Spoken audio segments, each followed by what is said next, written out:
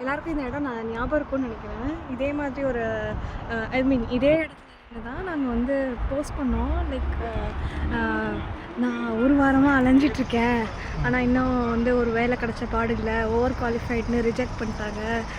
ஒரு Jumeirah nursery இருக்குது, இதுக்குள்ளே தான் ரிஜெக்ட் பண்ணிட்டாங்கன்னு ரொம்ப ஃபீல் பண்ணி போட்டேன். பட் அதே இடத்துல வந்து திரும்பவும் வீடியோ போடுறது ரொம்ப ஹாப்பியாக இருக்குது.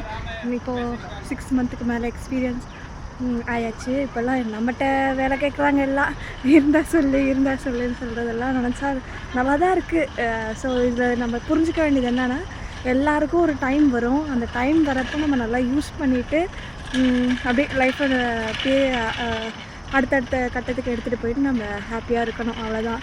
அவங்க அது பண்ணுறாங்க, இவங்க இது பண்ணுறாங்க அப்படிலாம் இல்லாமல் நம்ம லைஃப்பை நல்லபடியாக இருந்தோம்னாவே போதும், ஹார்ட் ஒர்க் பண்ணாவே போதும். அதுதான் நான் இங்கே வந்து கற்றுக்கிட்டது. கொஞ்சம் கருத்த மாதிரி தெரியும், அதெல்லாம் துபாயின் அருமைகள். ஸோ துபாய் வீதிகளில் எங்களோட பயணம் திருப்பி தொடரும்.